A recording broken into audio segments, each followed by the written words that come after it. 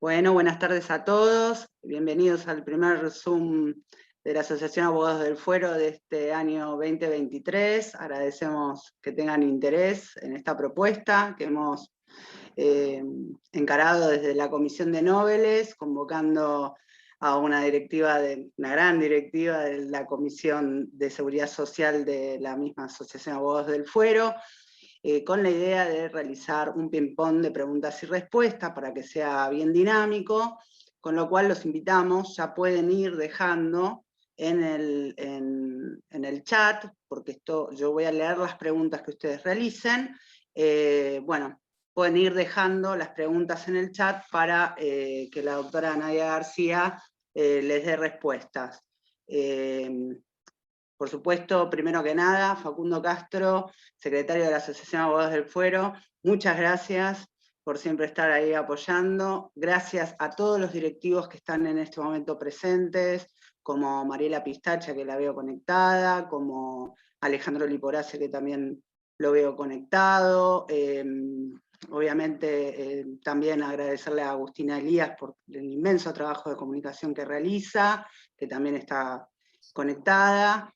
Creo que, a ver si veo algún más directivo, pero, y bueno, y también quiero agradecer a dos personas muy importantes de la Comisión de Nóbeles, que son mi subdirector, Lionel Cualito, y a mi secretaria, a la secretaria de la comisión, que es Soledad Mato, que bueno, la verdad es que realizan los dos un trabajo inmenso para la Comisión de Nóbeles, así que mis agradecimientos para ellos por todo el acompañamiento. Bienvenidos a nuestro ping-pong y voy a pasar a presentar a la doctora Nadia García, que es, como bien dije, la directora de la Comisión de la Seguridad Social de la Asociación de Abogados del Fuero. Ella es abogada en UBA, doctora en Derechos Humanos y Previsión Social de la Universidad de San Carlos de Guatemala, magíster en Dirección y Gestión del Sistema de Seguridad Social de la Universidad de Alcalá de Henares, posgraduada de la UBA, docente de grado en la UBA, UADE y de posgrado en la UNTREF, UAI, UCA y en distintas diplomaturas de todo el país.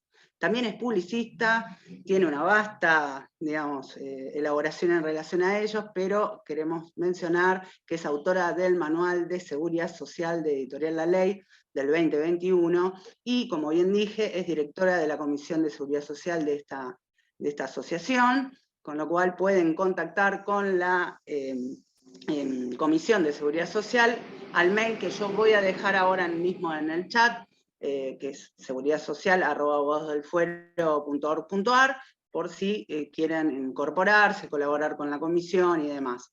Bueno, bienvenida Nadia, gracias totales, sé de tu corrida, sé de tu esfuerzo. Me tomo el atrevimiento de decir que además te escuché hace 2 días en el Colegio Público de Abogados a propósito de las acciones para la Semana de la Mujer y me sentí muy orgullosa de escucharte, de estar ahí, de lo que dijiste, de cómo elaborás tus ideas, y la verdad es que para mí es un placer, siempre lo es, a nivel individual, a nivel personal, pero también a nivel profesional. Muchas gracias, Nadia. Siempre estás dispuesta a colaborar. Gracias a vos, Vale, es que siempre estoy para vos, para la comisión y para la asociación. Agradecerle siempre a la asociación por darnos estos espacios que nos permiten revalorizar, ¿no?, nuestra actividad y además colaborar con quienes recién empiezan, que como decimos siempre tienen la suerte de contar en particular con la Asociación de Abogados del Fuero, pero con un montón de herramientas que nosotros no teníamos, así que aprovechenlas. Este es justamente el espacio para que puedan preguntar lo que quieran sin miedo.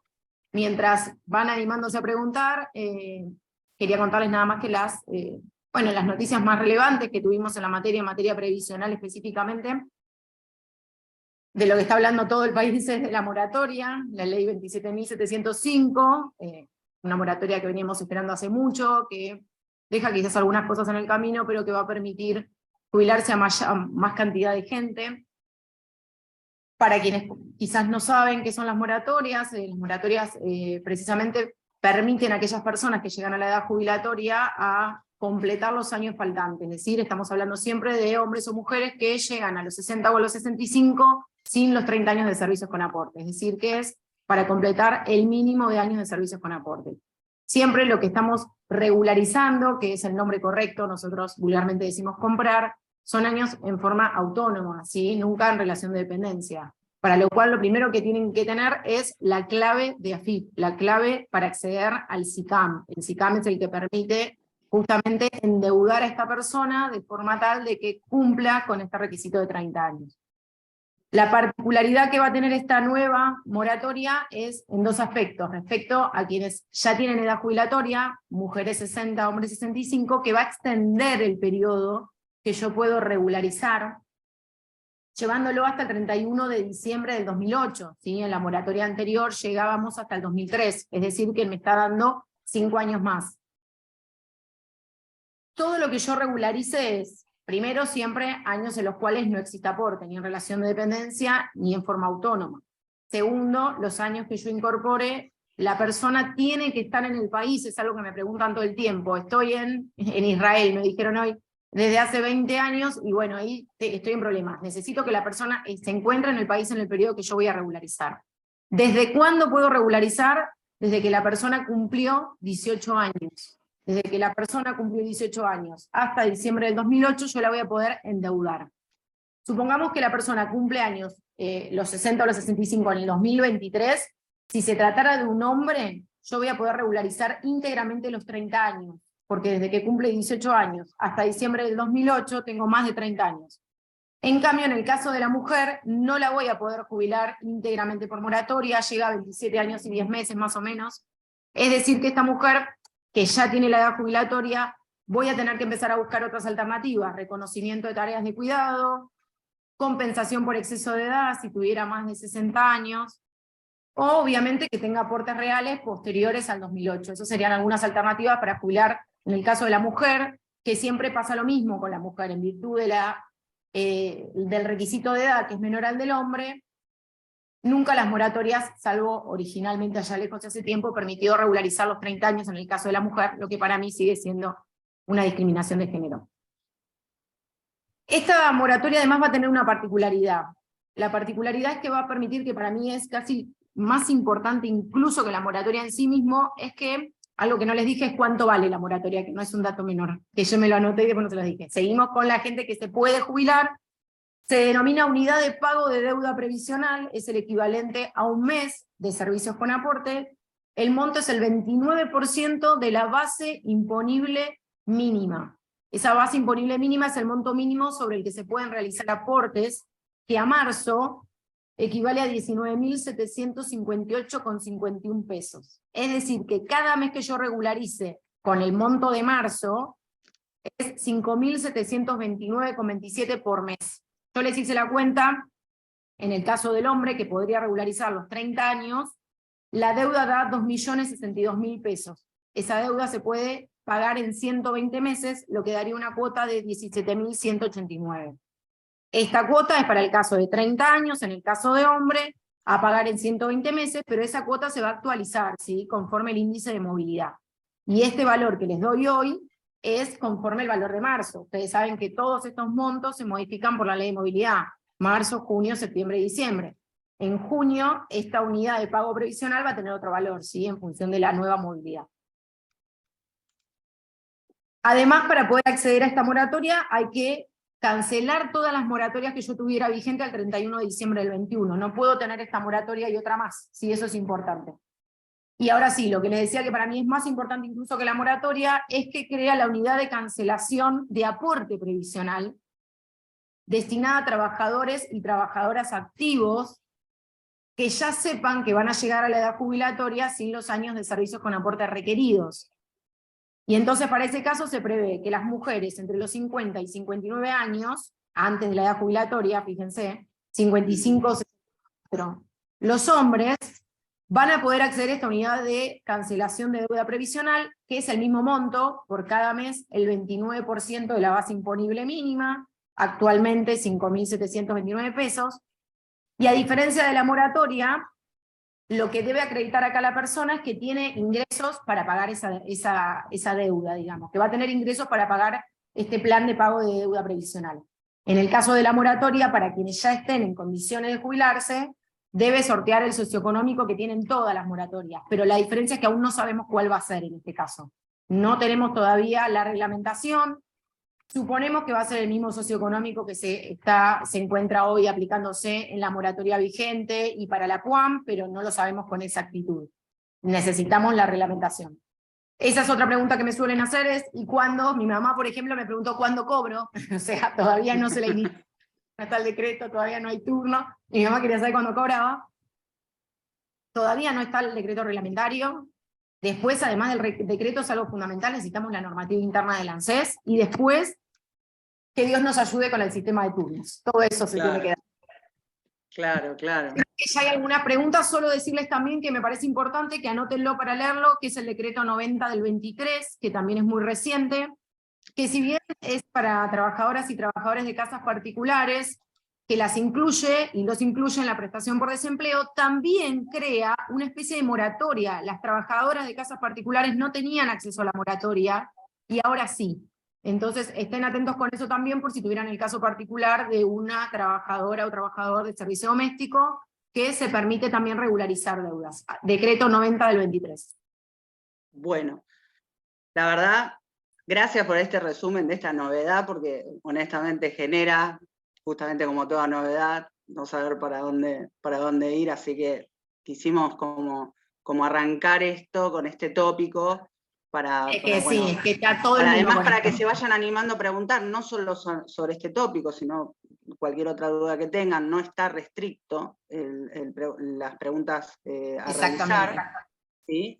Pero elegimos este tema porque como era una gran novedad, elegimos esto como para arrancar, y que ustedes se sientan con el espacio, con la idea de que ustedes puedan preguntar libremente lo que les parezca a Nadia García, que siempre está dispuesta a contestarnos todo.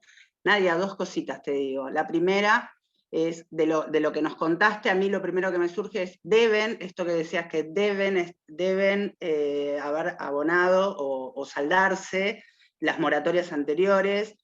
Quizás no esté la respuesta, quizás dependa del decreto reglamentario, pero a mí me hizo un poco como de ruido en el cómo. No, porque muchas veces, ¿qué pasa? Muchas personas se pusieron en moratorias que tienen, o sea, ustedes piensen que las moratorias existen y existieron siempre. La particularidad de las moratorias previsionales es justamente que la deuda se pueda descontar del beneficio de jubilación. Pero moratorias existieron siempre para cancelar deudas que tienen los trabajadores activos. Entonces, ¿qué puede pasar? Que yo tengo un trabajador que venía pagando una moratoria, que ya tiene la edad jubilatoria, y que entonces ahora prefiera acogerse a esta, pero no va a poder si no cancela la que tiene vigente. Ese es el punto. Yo, para poder generarle en el SICAM esta deuda nueva, digamos, necesito que no tenga ninguna otra moratoria vigente, de ninguna otra específica de lo que sea. Puede ser un montón de moratorias, digamos. ¿Qué deberían? ¿Saldarla, digamos? La tiene que saldar. Sí, porque... Con lo cual es toda una barrera, ¿no? Frente a, me imagino yo. Salvo que tenga alguna particularidad la moratoria que está haciendo, que la deje sin efecto y se le imputen los pagos. Eso puede ser, pero depende de la moratoria que tenga. En algunas, por ejemplo, puede dar de baja y solo se imputa a la deuda lo que haya llegado a pagar, y luego acoge a la nueva, pero no puede tener las dos. Las dos al mismo tiempo. Perfecto. Lo otro que voy a decir es que, bueno, la verdad es que tenemos en este momento más de 60 personas en esta actividad.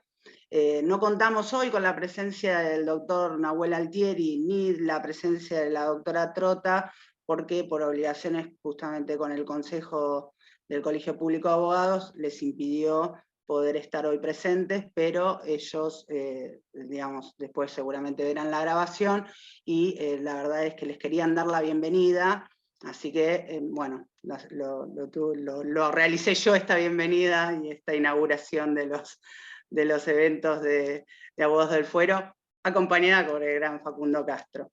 Voy a ir leyendo, Nadia, si querés las preguntas. Sí, ahí la primera, hay una que era específica. Para ya sacarnos el tema, que no se entendió el tema de, me dice, no entiendo el valor de la unidad de pago de deuda previsional. En el ejemplo sería... Hay dos específicas, una es esa y la otra es la realizada por la doctora Emilia Chamosa, que es si aplica a leyes especiales como construcción. Eso es... La primera es, recuerden que la unidad de cancelación de deuda previsional es un mes. Ese mes sale 5.729,97, ¿sí? Entonces ustedes a ese monto, para sacar el monto de un año, tienen que multiplicarlo por 12, y después si quieren 30 años, tienen que multiplicar por 30. Ese es el valor de un mes. Entonces, yo hice el ejemplo de, si yo tuviera un trabajador hombre al que quiero jubilar íntegramente con moratoria, tengo que comprarle 30 años. 30 años por ese valor por mes, 5.729, me da 2.062.789. Como se puede abonar en 120 meses, la cuota da 17.189,91 a pagar en 120 meses y actualizables, ¿entiende? Esos 5.000 es el valor de un solo mes. Y no actualizables, ese es el punto, no se van una actualizando. moratoria de las más baratas. Exacto, no es una moratoria de las más baratas que hemos tenido en la historia previsional. Claro, no es fija, o sea, se va actualizando porque toma este valor mes. Ese valor mes está posicionado a la movilidad que tenemos hoy, que se determinó el valor de la base imponible máxima a marzo. ¿Hasta cuándo? Hasta el mensual junio. En el mensual junio, en función de la nueva movilidad, va a cambiar esa unidad. Y a su vez, quienes ya se hayan acogido, les va a cambiar el valor de la cuota, en la misma función que la movilidad. En la misma función en la que le van a cambiar también su haber de previsional que esté cobrando, ¿no? Todo le va a aumentar en una proporción. ¿Sí? Creo que el tema se entendió, y en relación a esta, salté unas preguntas anteriores solo porque tenía que ver con este tema puntual. Preguntad si se aplica esta nueva moratoria a leyes especiales como construcción, etc. Eso. Sí, siempre recuerden, esto es un tema bastante complejo, que si quieren y les interesa el tema podemos hacer otro evento sobre prorrateo. Recuerden que ustedes tienen un régimen diferencial cuando hablamos de construcción. Ese régimen diferencial tiene requisitos distintos a los del régimen general. Yo con la moratoria estoy regularizando años de servicios con aportes comunes, que requieren 60 la mujer, 65 el hombre y 30 años de servicios con aporte. Si yo los mezclo, lo que voy a tener que hacer es un prorrateo para poder decirle a esa persona a qué edad se va a jubilar y con cuántos años de servicios con aporte, ¿se entiende? Porque no va a ser ni uno ni otro, va a estar en el medio, en función de que yo estoy mezclando dos regímenes, ¿se entiende? Yo tengo un régimen diferente que me pide menos y un régimen general que me pide más. Si yo tengo de los dos, tengo que hacer un prorrateo. Eso es una fórmula que a mí me encanta explicarla, pero que se nos iría toda la charla de hoy, más o menos. Pero recuerden eso, ¿no? Yo puedo utilizar la moratoria, sí, pero estoy comprando años de servicios comunes. Entonces, cuando los mezclo con los diferenciales, voy a tener que determinar en forma prorrateada cuánto requiere esta persona para jubilarse, que no va a ser solo lo del régimen diferencial, va a ser una mezcla.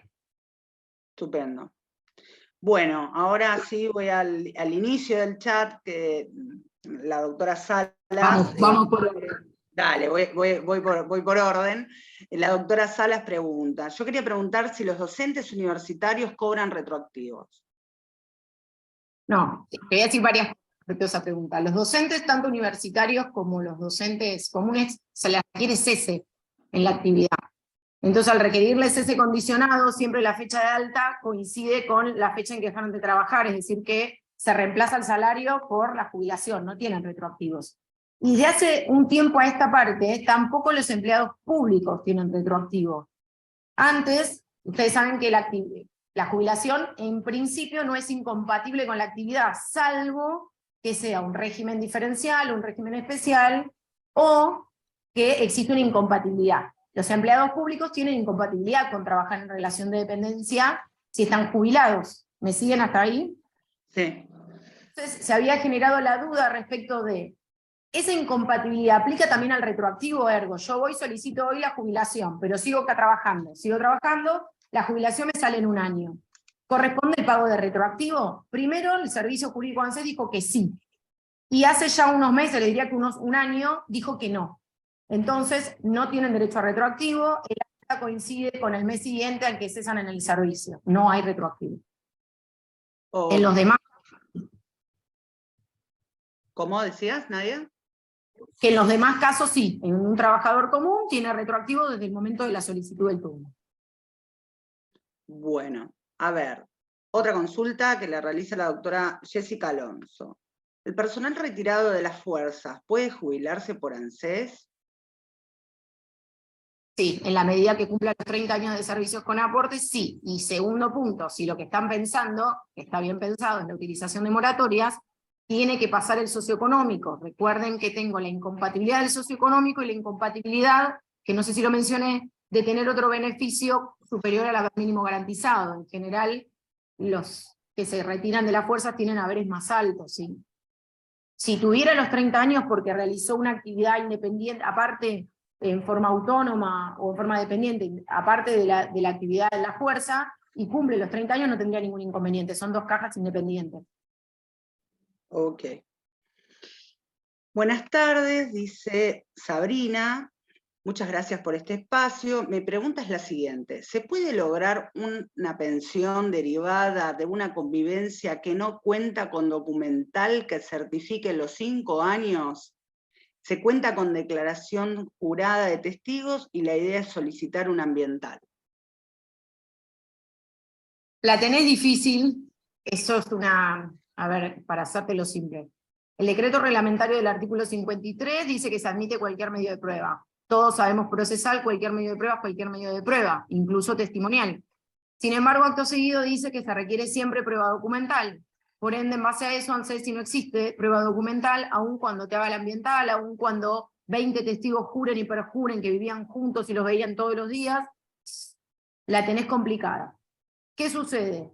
El Código Civil y Comercial de la Nación reguló de forma distinta la convivencia y estableció un medio de prueba también distinto, y creó el registro de convivencias, y dice que eso sería prueba suficiente. Entonces, tengo varias preguntas para hacerte. Si está registrada esa convivencia, yo iría impugnando la resolución de ANSES a la justicia, diciendo que en realidad el Código Civil y Comercial de la Nación le alcanza como medio de prueba la registración o cualquier otro medio de prueba, como serían testimoniales, ambientales. Pero en sede administrativa te deseo mucha suerte y no puedo hacer mucho más que eso. Clarísimo. Como siempre, Nadia. Bueno, Raúl, el doctor Raúl Ledesma pregunta, si existe incompatibilidad con la aplicación de la ley 27.705 y las pensiones contributivas, caso del fallecimiento de un trabajador en actividad directa o derivada. Sí, tenés siempre, para acogerte a esa moratoria, tenés la incompatibilidad de que no puedes tener otro beneficio contributivo ni contributivo, salvo uno contributivo hasta el haber mínimo garantizado. Es decir, aclarándolo, es incompatible con otro beneficio no contributivo, punto. Y además es incompatible con otro beneficio contributivo si supera el haber mínimo garantizado. Perfecto. Es sumamente injusto, ¿por qué? Porque fíjense que es como que el socioeconómico corre por un lado y la incompatibilidad con otro beneficio corre por otra, ¿no? Entonces, que ha pasado en la práctica, y a esto voy, hay jurisprudencia que declara la inconstitucionalidad de esto, a eso iba a ir. ¿Por qué? Porque yo puedo tener una persona, que nos ha pasado en la práctica que te consultan, que incluso no tienen dónde vivir, ¿sí? Eso, estoy trabajando en un artículo sobre el acceso a la vivienda de las personas mayores, y es una gran problemática. El ingreso que tienen no les permite alquilar, no tienen seguros de caución, no tienen forma de dar garantías. Entonces, yo tengo una persona que no tiene absolutamente nada. Pasa el socioeconómico. ¿Por qué? Porque no tiene casa, no tiene auto, no tiene embarcaciones, menos aviones, porque todo esto contempla el socioeconómico, ¿eh? Claro. No tiene tarjeta de crédito porque ni tiene, no tiene ingreso, por ende también lo pasa. Ahora, tiene una pensión porque murió su cónyuge que supera en 300 pesos el haber mínimo garantizado. Haber mínimo garantizado que hoy está en 50.000 pesos. Y supera el haber mínimo garantizado en 300 pesos y queda fuera de la moratoria. En esto tenemos fallo de la jurisprudencia específica que hace lugar al planteo de inconstitucionalidad, pero bueno, es un tema que es un camino largo, digamos, para lograr un beneficio. No es inmediato ni administrativo, digamos. Hay que agotar toda la instancia para poder un juez lo termine. La esperanza que teníamos de que esta moratoria no lo tome así, que solo establezca el socioeconómico y no la incompatibilidad con el haber mínimo garantizado, no, salió con la incompatibilidad. Bien, les aclaro a todos que si alguno tiene alguna de las preguntas que ya fueron respondidas, alguna otra pregunta devenida de la respuesta, podrían poner responder a su propia pregunta de forma tal de que en el momento de que yo acceda a leerla, sepamos que viene de ahí, entonces sigamos un hilo para no empezar de cero. Espero que se haya entendido lo que quiero decir. Bien, justamente acá, Karina Andrea Torres, referido al socioeconómico que estabas hablando, ¿se toma en cuenta los ingresos familiares, ejemplo, lo que percibe el cónyuge? En realidad, yo tengo un cuadrito divino que hace un grupo hermoso que tengo de previsional, y va detallando cada uno de los parámetros del socioeconómico, para que tengan una idea, porque por ahí muchos hablan del socioeconómico y no tienen ni idea de cómo se forma. Anótenlo. Los topes del socioeconómico están dispuestos en la resolución conjunta de AFIP y ANSES 3673/14, 533/14. Y los parámetros son promedio de ingresos brutos anuales percibidos en los 12 meses anteriores a la fecha de evaluación de quien lo solicita, patrimonio de declaración de bienes personales de quien lo solicita, tenencia de automotores de quien solicita, tenencia de aviones, tenencia de embarcaciones, gastos y consumos mensuales por tarjeta de crédito. Para que tengan una idea, este monto se actualizó ahora en marzo. Estaba muy desfasado, provocaba que nadie pase el socioeconómico, pero por suerte casi se triplicó en marzo, y el monto, para que se lleven una idea mensual de este socioeconómico, es 404.062 por mes. Ese es el ingreso mensual, superior a ese queda fuera de el socioeconómico. Después, por ejemplo, la tenencia de bienes personales es de 19 millones, la tenencia de autos de 7 millones, siempre me plantean que es injusto el de auto, porque cualquier auto vale eso. Cualquier auto, claro. Pero bueno, es lo que, estamos mucho mejor. Sí, estos parámetros a febrero eran espantosos, era una cosa que cualquiera, no pasaba nadie en socioeconómico, era terrible. Era 100 y pico mil pesos el mensual, era una cosa que nadie pasaba el socioeconómico. Pero no, a tu respuesta, yo aproveché para darles más info, pero a tu respuesta es solo del titular. Ojo, hay una prestación de seguridad social que sí tiene en cuenta el ingreso del grupo familiar, que son las asignaciones familiares. Ok. Bien, otra pregunta. Mariela Saavedra pregunta: pensión por COVID, decreto presidencial, ¿imposible iniciarlo por el inicio virtual por la página de ANSES? Disculpen, tengo vecinos. Al consultar en la UDAI, sí, al consultar en la UDAI, ¿informan mal o no informan? Bueno, más que una pregunta, creo que nos estaba contando una situación. Mariela, si tenés alguna... No, bueno, pero es verdad. De hecho, recuerden que la Asociación de Abogados del Fuero, con motivo de la pensión por COVID, sacó una declaración, 2 declaraciones, una sobre el fallo Ortiz y otra cuando salió el decreto reglamentario. La experiencia que tenemos es siempre en juicio, terminaron otorgando el turno para iniciar la pensión, y aún así, luego de haber hecho un amparo de un año, de que otorguen el turno, otorgaron el turno, los beneficiaron que la pensión por COVID es bastante avanzada en cuanto a la definición de derechohabientes, porque toma los conceptos del Código Civil y Comercial de la Nación y no los derechohabientes del 53 de la 2441. Entonces, para que lo vean fácil, en la pensión de la 2441 los hijos tienen derecho hasta los 18 administrativamente. En cambio, en la del COVID hasta los 25 se estudian. Entonces, ¿qué pasó? Se hizo el amparo, se otorgó el turno al cónyuge, al viudo y no al hijo. Así que bueno. La experiencia no es buena, casi todo, bueno, el abogado que logra también el amparo por el fallo Ortiz, también cuenta que ordenó al ANSES a otorgar un turno, al día del turno en la UDAI estaban todos reperdidos, no sabían nada, no tenían ni idea qué tenían que hacer, les hacía mucho ruido el tema de que el hijo tenga derecho más allá de los 18 años, porque es algo novedoso. Entonces, como siempre digo, ustedes tienen que saber que quien los atiende muchas veces es un computista, no es abogado, o sea que ayúdenlo, como digo yo. Vayan con la sentencia, vayan con la ley, vayan con el decreto reglamentario, vayan con todo lo que puedan, y sepan que no les pueden rechazar el trámite, que el abogado tiene una instancia que es el requisito de iniciar bajo insistencia, y además algo muy importante en materia de pensión por COVID es que recuerden que el decreto reglamentario específicamente estableció que la fecha inicial de pago es cualquier presentación que se haya hecho en cualquier organismo, porque al principio, cuando no teníamos decreto reglamentario, no se sabía quién era el organismo competente. Entonces, claro, muchos en el Ministerio de Desarrollo Social, otros directamente por amparo. Bueno, ¿qué hace ANSES? Computa como solicitud la primera que ustedes van a hacer ahora, después que hace un año y medio están en juicio, ¿sí? recuerden que el decreto reglamentario específicamente reconoce como fecha inicial de pago cualquier presentación en cualquier organismo. Ok. Vamos a la siguiente pregunta. Bueno, no se identifican el nombre. En el caso de los hombres que con 65 años se podían regularizar aportes y se les tramitó una POAM, ¿pueden en el caso que les convenga tramitar la jubilación renunciando obviamente a la pensión POAM? No se renuncia a la pensión, se ejerce la opción. Ustedes van a generar la deuda, van a solicitar el turno y cuando vayan les van a hacer firmar un formulario en el que optan por el otro beneficio. Y si les conviene, porque si ustedes toman el valor de la POAM y el valor que les quedaría al haber con el descuento de la cuota, más o menos van a estar en el mismo monto, pero recuerden que la POAM no da derecho a pensión y la jubilación común sí, no es un dato menor, así que es importante esta conversión. Bien. El doctor Ariel Di Riccio dice, buenas tardes, doctora García. Entonces ahora con la nueva ley de moratoria, 27.705, se pueden comprar aportes hasta el diciembre del 2008, sea hombre o mujer.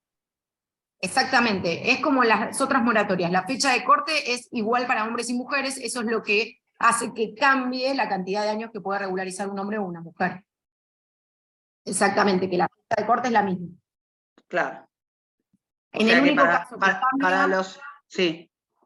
En el único caso que cambia la fecha de corte es si yo tengo que regularizarle años a un trabajador, ¿sí? En el otro supuesto, que ahí llega hasta el 2012. Pero si es para jubilarlo, hasta el 2008. Igual a la pregunta de él, sí, es igual para hombres y para mujeres. Pero para quien está en edad jubilatoria, 31 de diciembre del 2008, desde que cumplió 18 años. Para quien está en actividad, lo puedo extender al 31 de diciembre del 2012. Por eso yo le decía que es muy importante para los trabajadores activos. Que ya no llegan. Y algo que tienen que tener en cuenta, que tiene una vigencia de 2 años que puede ser prorrogada. Así que todos aquellos que conozcan, tíos, primos, que ustedes ya sepan que no van a llegar a la edad jubilatoria con los años de servicios con aportes, háblenlo, véanlo, háganlo, porque no sabe, esto es así, hay que tomar lo que nos dan, no sabemos si después se va a prorrogar o si después va a volver a existir. Claro. Importantísimo. Aparte también redunda en que las arcas del Estado, porque mal que mal estarían percibiendo aportes, ¿no? Es tal cual. El tema de moratoria, pero la verdad es que termina siendo como viste que no es fácil. de dinero al sistema, digo. Exacto. Bien. La doctora Marisa Aramayo pregunta, ¿qué opciones tiene aquel trabajador que llegan al estudio con una RTI denegada por bajo porcentaje y vencido el plazo de apelación? Bueno, para quienes no saben por ahí, les voy a poner un poquito en tema. Ustedes saben que el retiro por invalidez es una opción del CIPA que requiere primero una regularidad, por decirlo en los aportes, y además un porcentaje de incapacidad del 66%. Esa incapacidad la determina una comisión médica, esa comisión médica es local, y el dictamen de esa comisión médica es apelable a la Comisión Médica Central en 5 días. El plazo es muy corto, uno. Segundo, ANSES ahora, la comisión médica notifica por mail, y muchas veces vienen y me dicen, el mail fue a no deseado y lo acabo de ver. Bueno, tienen 2 formas. Una, impugnar la notificación de que ustedes no lo constituyeron como si no constituyeron el mail como notificación fehaciente primero. Segundo, la otra opción que por ahora a quienes se la recomendé me dijeron que les fue bien, es que una vez que llega esa denegatoria a la ANSES tiene que emitir un acto administrativo denegando el beneficio de retiro por invalidez por no cumplir con el porcentaje. Entonces ahí es como que yo renuevo un nuevo plazo que es el para apelar esa resolución. ¿Sí? Entonces esa es la que les queda. Si ya se les venció todo, lo que les va a pasar es que ANSES quizás no dicte el acto administrativo. Van a tener que ir al ANSES, solicitar que dicte el acto administrativo denegando el beneficio en virtud del dictamen, y entonces van, impugnan acto administrativo y ahí tienen los 90 días. ¿Sí? Y ustedes van a... Recuerden que para impugnar el porcentaje, también yo tengo 2 argumentos fundamentales. El primero es si hay algo que no se ponderó, eso es fundamental. Si hay alguna dolencia, recuerden que en materia previsional no es como en la ley de riesgos, que yo me baso solo en el accidente. Yo en materia previsional, todo. Tiene tos, tiene dolor de cabeza, tiene artritis, tiene diabetes, todo suma un porcentaje. El primer punto es si se omitió algo de ese porcentaje para hacerlo valer. Y el segundo punto, que es algo que está muy cuestionado, es, en definitiva, este riguroso 66% que muchas veces me deja fuera un montón de gente que sí está incapacitada de todas formas, aunque no llegue al 66%, ¿sí? Y que ahí tenemos un montón de fallos también. Tenemos uno en contra de la Corte, pero la Cámara Federal de la Seguridad Social, en los fallos recientes, se ha apartado de este riguroso 66%. Quienes me conocen saben que yo tengo una interpretación del artículo 48 de la 24241. Tengo varios artículos para poner a disposición si los necesitan. Si ustedes leen el 48, no dice que la persona tiene que tener el 66% de incapacidad. Dice que tiene que tener una incapacidad absoluta que se va a presumir al 66%. ¿Qué quiere decir eso? Si tiene el 66% no tengo que probar nada. Ahora, si no lo tiene, sí puedo demostrar que para este señor esa incapacidad es absoluta. Y estoy haciendo un análisis literal de la norma, ¿sí? Por eso yo digo que hay que insistir. Sosa es el precedente en contra que tenemos de la Corte, pero tenemos mucha jurisprudencia de la Cámara que hace lugar a estos planteos. No declara la inconstitucionalidad, no hace una nueva interpretación, sino que si ustedes arriman medios de prueba, lo que hace la Cámara es decir, me acredita que esa incapacidad es invalidante y no puede insertarse al mercado laboral. Punto. Siempre recomiendo una película, Yo, Daniel Black, para quien no la vio, es muy interesante, pasa en Inglaterra y es justamente un trabajador que, como digo yo, no estaba lo suficientemente enfermo como para jubilarse, pero tampoco lo suficientemente sano para trabajar. Le daban el alta y tampoco lo jubilaban y estaba como un limbo. Es muy interesante. Yo miro las películas pensando en seguridad social, pero es muy... Ya, es todo una... ¿no? Es la pasión, ahí puesta, Nadia, muy bien. No sé si se entendió a quien había hecho la pregunta. Sí, yo lo entendí, igual si no, como pongan responder a su propia pregunta. Igual tenemos muchas preguntas, Nadia, y el tiempo un poco como que nos corre. Le digo a la doctora Beatriz Galván que la pregunta que hizo ya la respondió Nadia, que es para las personas que ya saben que no llegan a los 30 años, cómo tramitarla, y si es un trámite en AFIP o en ANSES, interpreté... Es un SICAM. Va a ser a través de... Necesitan clave fiscal, por eso yo le digo y recomiendo a todos que quienes están asesorando, lo primero que les tienen que pedir es la clave fiscal, que muchas veces a la gente le cuesta hacerla, les lleva tiempo, entonces vayan ganando tiempo hasta que sale la reglamentación para sacar la clave fiscal. La doctora Cecilia Fernández pregunta, cuando un cliente cobra pensión y se quiere jubilar, ¿le cortan la pensión? ¿Se puede firmar algún formulario para dar de baja? Pero no quiero que se quede sin el ingreso de pensión. O sea, esta persona tiene una pensión, no aclara de qué, y al mismo tiempo, bueno, se ve que llegó a la edad jubilatoria. La pregunta es si puede tener los dos beneficios. Yo entiendo eso. Sí, pensión contributiva y jubilación contributiva, no hay ningún problema. El problema que va a tener es que la suma de ambas, si supera el haber máximo, se lo van a topear. El haber máximo está en 394.762 pesos. No es la realidad del 80% de nuestros jubilados, pero bueno, hay gente que se ve afectada por el tope. Bárbaro. El doctor Rubén Sobrero pregunta, hola, de acuerdo a lo comentado, ¿puedo actualmente regularizar con la moratoria ley 24476 de contado, haciendo un reconocimiento del servicio y posteriormente solicitar la jubilación con aplicación de la nueva moratoria de la ley 27705? Porque hay mucha diferencia. La pregunta que le hago es, ¿él ya lo tiene? No entendí si el reconocimiento ya lo tiene. Recordá que no puedes tener una moratoria vigente para poder acogerte a la otra. O sea, yo entiendo que sí, si ya la pagaste. Entonces ahí no importa cuál es la comparación, porque ya la tiene paga. Sí, la 24466 es mucho más barata que esta, pero si vos ya la tenés paga, y te siguen faltando años, lo que vas a hacer es acogerte a la otra por los que te falten, y ya esos los tenés reconocidos. Los de la 24466 ya están. Cualquier cosa, doctor Sobrero, aclare el punto y volvemos sobre esto. Claro, en cuanto al monto, esta es más cara, sí, pero es una u otra. ¿Sí? La 24476 hoy ya tiene muy poca aplicación porque llega a septiembre del 93. ¿Está vigente? ¿La puedo usar? Sí. Si yo tuviera un trabajador que tiene 20 años de aportes, ¿sí? Solo me faltan 10, y son anteriores a septiembre del 93, puedo usar la 24476, es más barata, no tengo ningún problema. Perfecto. Perfecto. Bueno, a ver, aquí... Con la nueva ley de moratoria, pregunta Denise Bertocchini, ¿se van a poder comprar periodos por arriba de deuda por autónomos? No le entiendo qué llama por ahí. Supongo que debe tener deuda de aportante como autónomo, por eso... Sí, o sea, vos vas Entiendo a que poder sí, que regularizar. cualquier... El problema que tenés es la categoría. Si vos tenés una deuda, ahí me parece que lo entendí. Si vos tenés una deuda, porque vos ejerciste una actividad y no pagaste, vos vas a poder acogerte a esta moratoria. Lo que no vas a poder cambiar es la categoría, salvo después que la reglamentación diga otra cosa, ojalá, pero no suele pasar esto con las moratorias. Si vos tenés una deuda por una actividad, tenés dos opciones. Si te alcanza con la moratoria sin usar ese periodo, la podés renunciar. No se te va a tener en cuenta los efectos previsionales, pero no la vas a pagar. Y vas a usar otros periodos más baratos, por ejemplo, de la moratoria. Ahora, si vos los necesitás porque sos una mujer que no tiene ningún aporte, y que gracias que va a llegar a 27 con esta moratoria, y tiene 3 hijos y vas a necesitar todo el periodo, lamentablemente el periodo que vos ya estés endeudada con una categoría mayor no lo vas a poder cambiar, salvo que la moratoria diga otra cosa, la reglamentación, pero no creo.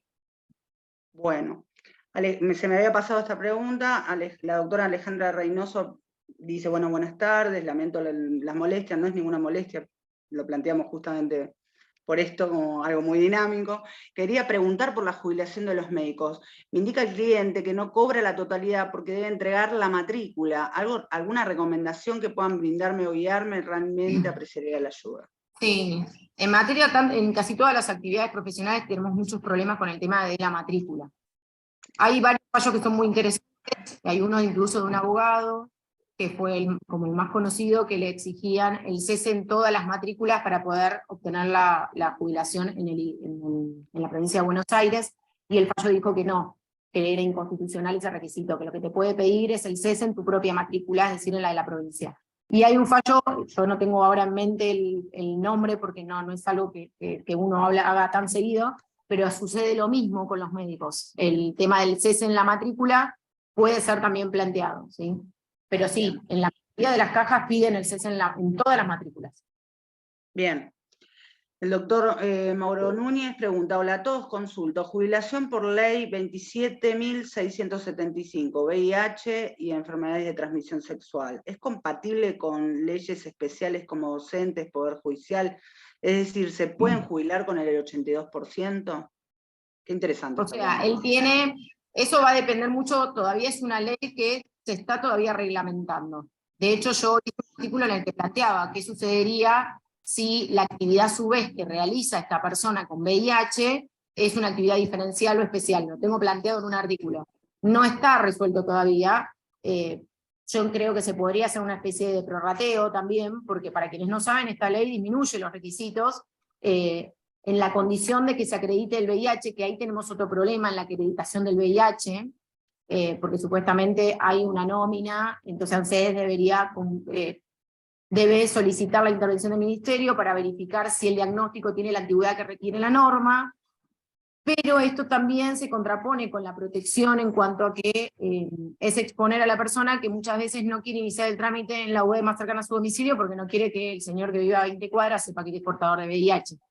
Entonces tenemos todavía un montón de cuestiones que no están limadas, entre ellas esta que plantea que es muy interesante, que yo lo dejé planteado en un artículo, que es cómo va a jugar con regímenes diferenciales.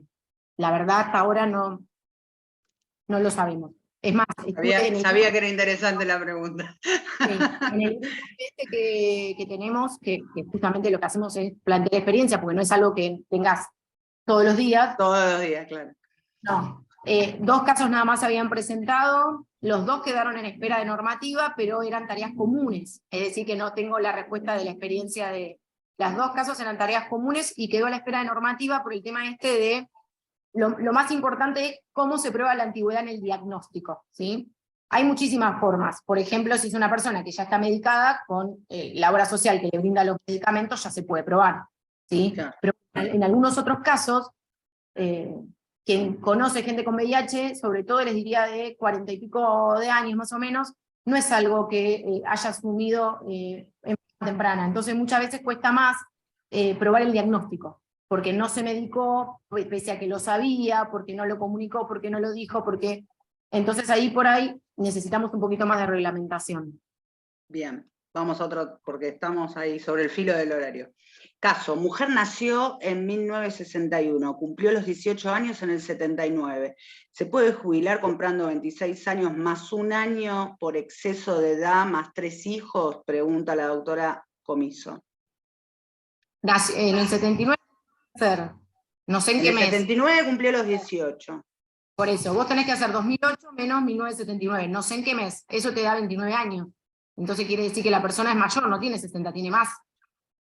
Tiene más. Doctora Comiso, o hay un error de cuentas. En el 79, me da que tiene más. O sea que sí, claramente sí, vas a usar la compensación por exceso de edad si tuviera más de 60. Recuerden que la compensación por exceso de edad me permite que la mujer a partir de los 60, el exceso en la edad se transforme en la mitad de servicios faltantes. Si tengo una mujer con 61, puede compensar 6 meses de servicios faltantes.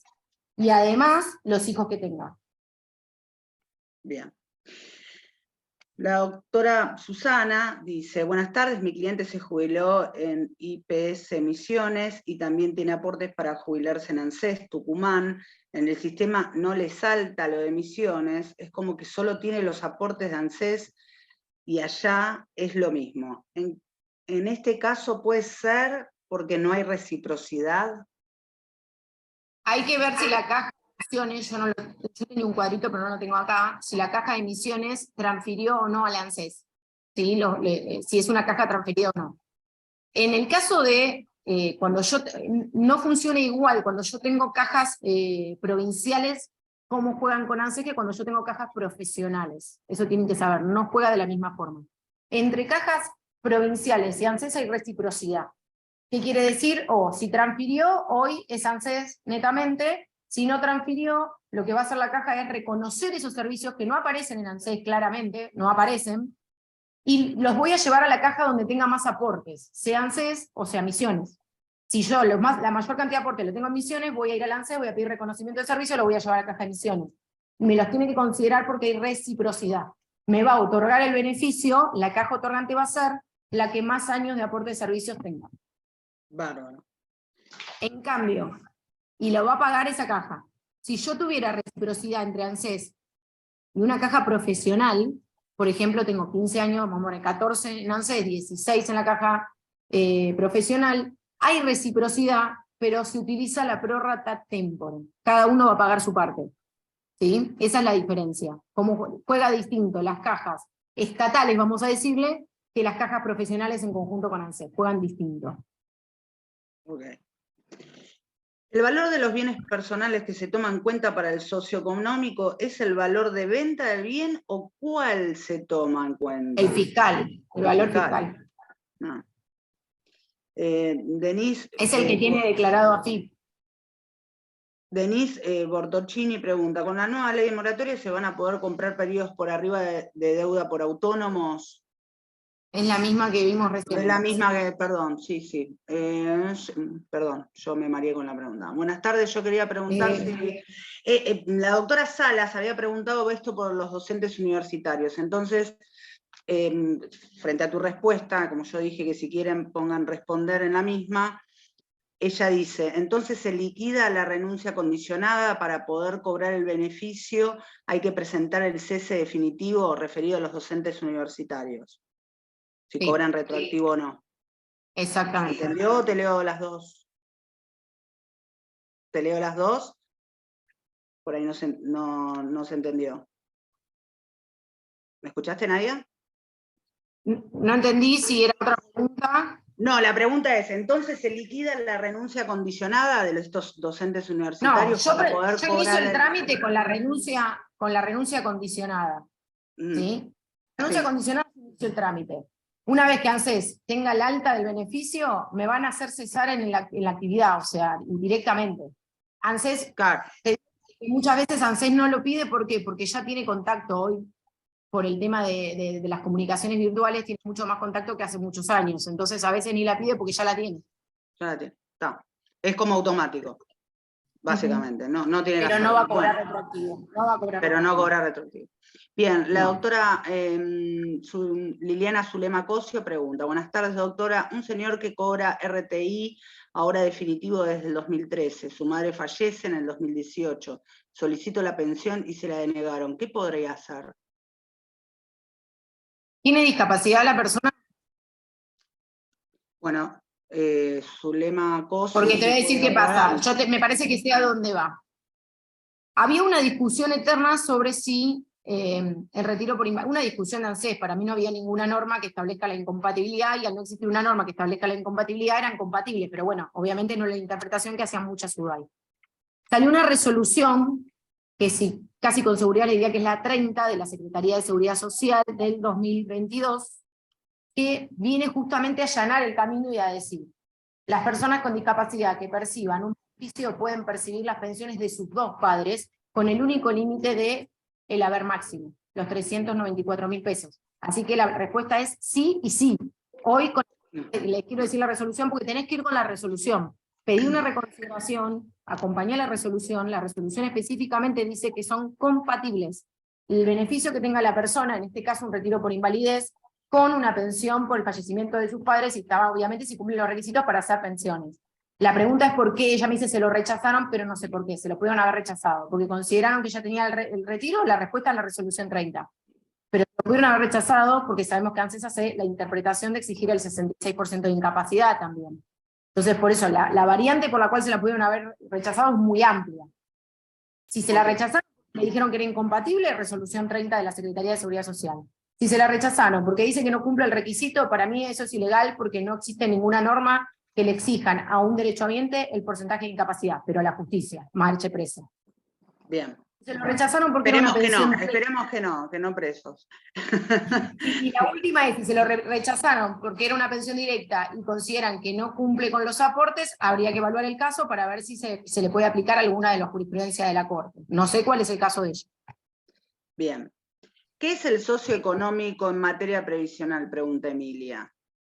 El análisis socioeconómico es la conjunción de este decreto, de esta resolución conjunta que digo, que establece entre AFIP y ANSES los parámetros por los cuales se considera que una persona es vulnerable, entre comillas, y puede acceder a la moratoria.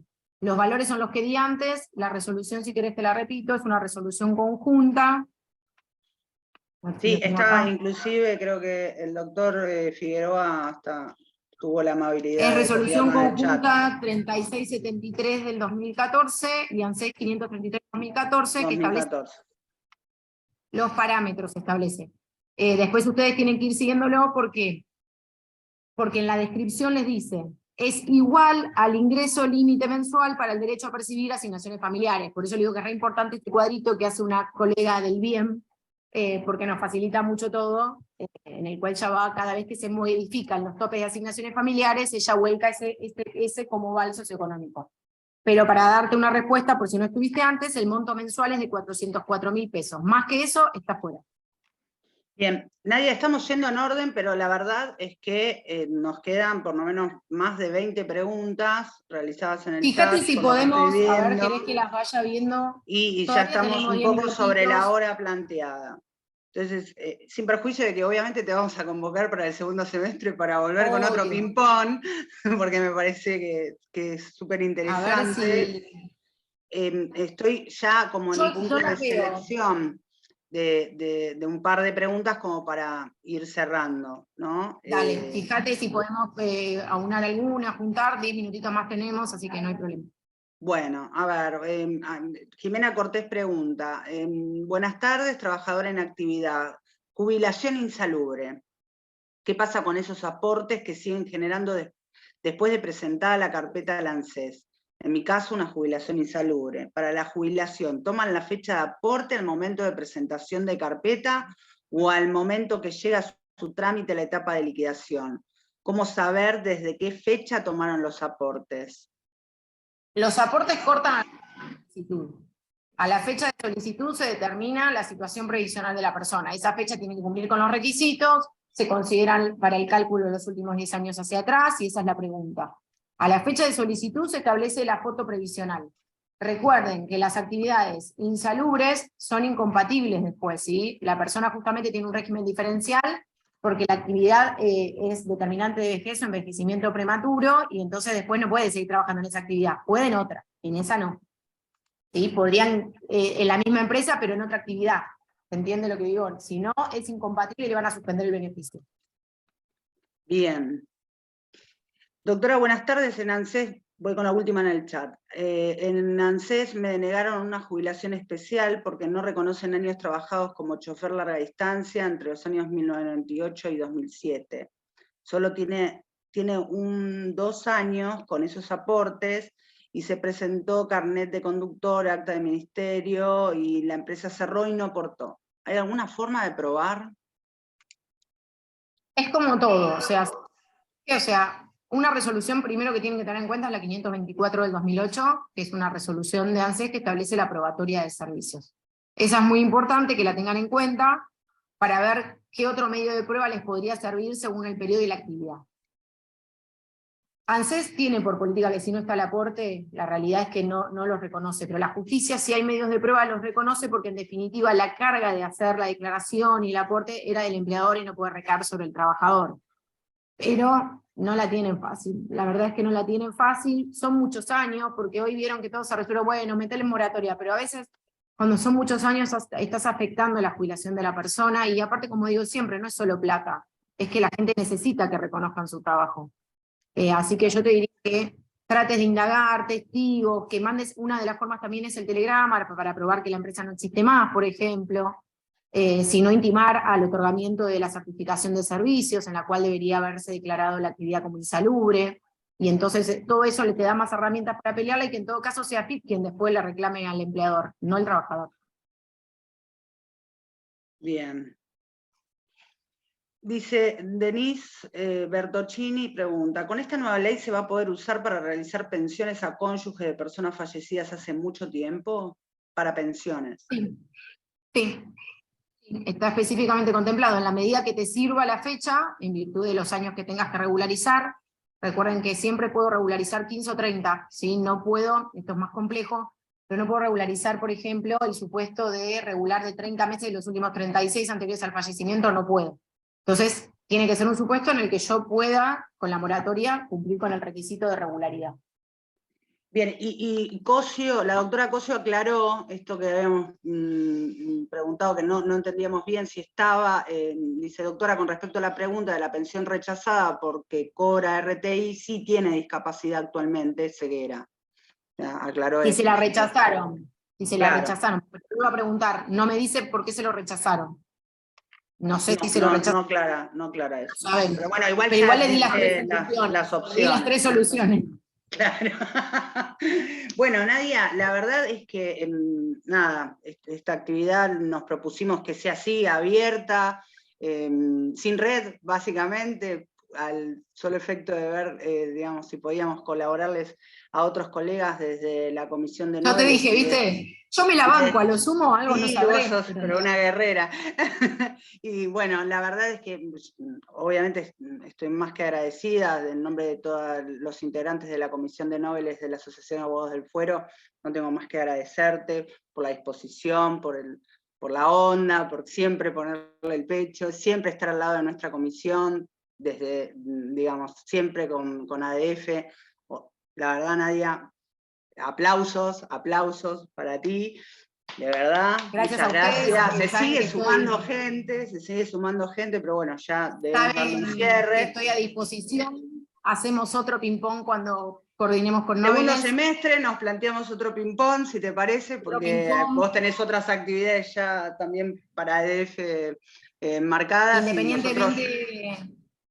Independientemente de eso, saben que estamos a disposición a través de la Comisión de Nobles. La Comisión de Seguridad Social también está abierta. El mail de la comisión lo dijo Valeria, por si existe alguna duda existencial. Estamos a disposición de todos los asociados. También lo pegué en el chat, ahora mismo lo voy a volver a replicar para que lo vean todos.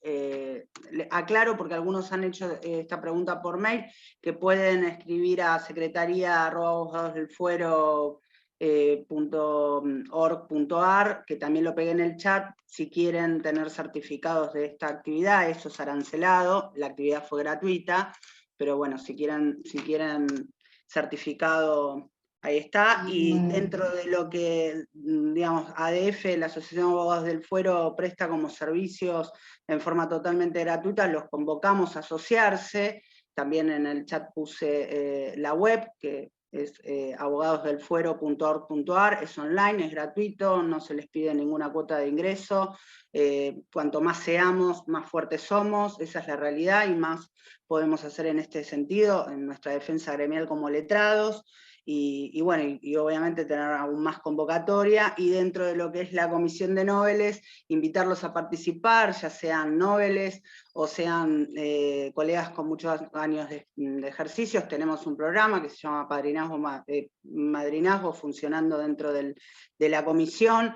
Tenemos un grupo de WhatsApp con más de 100 participantes, constantemente todos hacemos preguntas, todos, absolutamente todos, yo también, preguntas de ejercicio, preguntas de me pasó esto, cómo puedo resolver aquello, a dónde oficio tal cosa, algo simple, algo de lo cotidiano, algo, y también de fondo, ¿no? Cómo investigo tal tema y tal otro. La verdad es que es muy útil, no solamente para los Noveles, sino también para los padrinos y madrinas que participan de la comisión. Ni que hablar que el programa es totalmente gratuito y que tiene que ver con esto, con una solidaridad entre colegas. Están todos más que invitados a participar en una o en otra, y en ambos conjuntos en ese grupo de WhatsApp que les refiero. El único requisito es estar asociados a Abogados del Fuero, que no entendería por qué no lo están. Simplemente eso. Así que muchas gracias por todo.